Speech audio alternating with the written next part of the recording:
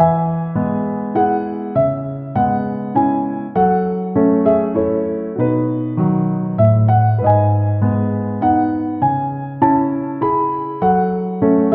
silent epidemic, how unresolved early trauma shapes tragic lifelong outcomes.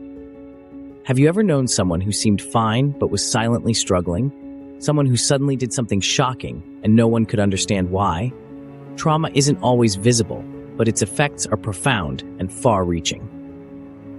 1. Early trauma, a life-or-death experience for a child. To a child, trauma feels like a life-or-death situation. Children have hypersensitive senses, and their developing brains don't yet have the tools to process overwhelming emotions. Neglect, abandonment, or abuse leave an indelible mark. Scientists have found that trauma rewires the brain. The amygdala, the brain's fear center, becomes hyperactive. It triggers constant vigilance, making the world feel unsafe.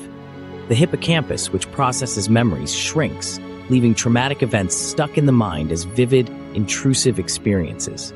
The prefrontal cortex, responsible for reasoning and impulse control, shuts down under stress, making it hard to regulate emotions.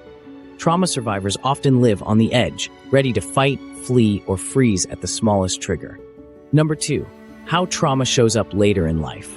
Repetition compulsion. When trauma goes unresolved, it doesn't disappear, it repeats itself. Sigmund Freud called this repetition compulsion. Trauma survivors unconsciously recreate painful experiences in adulthood to regain control over what once felt uncontrollable.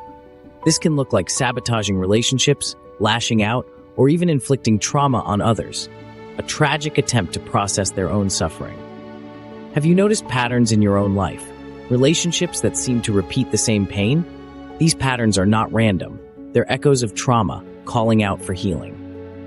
Number 3. Trauma's role in mass shootings and suicides, acknowledging complexity. Now, some of you might ask, are trauma and abandonment really to blame for tragedies like mass shootings or suicides? Aren't other factors, like social isolation, mental illness, or access to weapons, more significant? And you'd be right. There's no single cause for these devastating events. Mental illness, societal failures, and environmental stressors all play a role. But here's what the data shows. 42% of mass shooters experience childhood trauma, abuse, neglect, or loss. Nearly 72% were suicidal before committing their acts of violence. Bullying, especially in those with pre-existing trauma, significantly exacerbates emotional pain and fuels escalation. Trauma creates a vulnerability, an emotional wound, that when combined with bullying or social isolation can lead to catastrophic outcomes. Addressing trauma isn't the only solution, but it's a critical piece of the puzzle. 4. Bullying as a trigger for catastrophe. Bullying and trauma are a dangerous combination. For survivors of early trauma, bullying feels like a reopening of old wounds, pushing their nervous system into overload. Studies show that 40% of bullied children display PTSD symptoms. Victims of bullying are more likely to develop depression, anxiety, and suicidal tendencies. When early trauma meets bullying, the pain can escalate rapidly, sometimes leading to tragic events in schools and workplaces. Do you know someone who's being bullied? Maybe it seems small to you, but for someone already carrying trauma, it can feel like the end of the world. Number 5. Silent trauma, hidden in plain sight. The most dangerous trauma is often the most silent. Survivors of abandonment or neglect may suppress their pain, hiding it so well that even their families fail to notice. This is why families of mass shooters or suicide victims often say, "We had no idea." But trauma leaves signs: withdrawal, perfectionism, explosive anger, or emotional numbness. Neuroscientists have found that suppressed trauma continues to influence behavior through the brain's stress response system. Over time, the nervous system becomes dysregulated, leading to either emotional numbness or intense overreactions to small triggers. 6.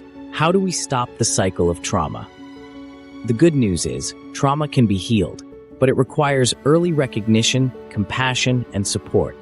Safe relationships are key. Trauma survivors need environments where they feel seen, heard, and understood. Schools and workplaces must adopt trauma-informed practices to identify and help those at risk. Therapy, especially trauma-focused approach, can help survivors process their pain and break free from destructive patterns. So how can we help? Start by listening. Check in with those around you. You never know who might be silently struggling with wounds from the past. 7. Conclusion. A call to action. Trauma may begin in childhood, but it doesn't have to define adulthood. By recognizing its signs, offering support, and creating safe spaces, we can prevent trauma from repeating itself. Your kindness, your understanding could be the lifeline someone needs.